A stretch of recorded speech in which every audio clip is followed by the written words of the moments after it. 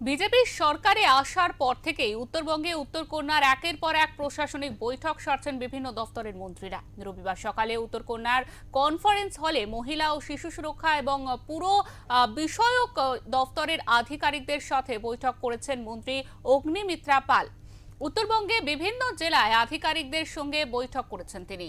এই বৈঠকে একদিকে যেমন উত্তরবঙ্গের সাংসদরা উপস্থিত, তেমনি ওই বৈঠকে উপস্থিত নিযুক্ত বিধায়কেরাও।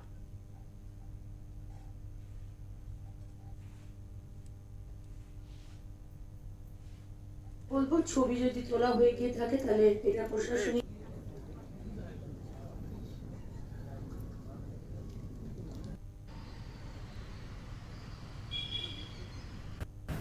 বিজেপি যখন বিরোধিতায় ছিল সেই সময় বারবার অভিযোগ উঠেছে বঞ্চিত উত্তরবঙ্গ। এখন তারা শাসক দল। উত্তরবঙ্গে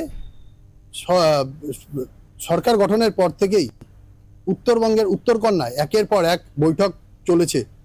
একদিকে যেমন মুখ্যমন্ত্রী তিনি নিজে এসেছেন, আজ রবিবার সকালে উত্তরকন্যায় পৌঁছলেন মন্ত্রী অগ্নিমিত্রা পাল। মহিলা ও শিশু কল্যাণ এবং পুরো বিষয়ক যে উত্তরবঙ্গে যে সমস্ত আধিকারিকরা রয়েছে তাদের নিয়ে কিন্তু ইতিমধ্যেই উত্তরকন্যা কনফারেন্স হলে বৈঠক শুরু হয়েছে। কি নির্যাস বের হয় সেই দিকে কিন্তু নজর থাকবে সকলের। শিলিগুড়ি থেকে ক্যামেরায় স্বপন সাহার সাথে অরূপ পোদ্দার, ওমকার বাংলা।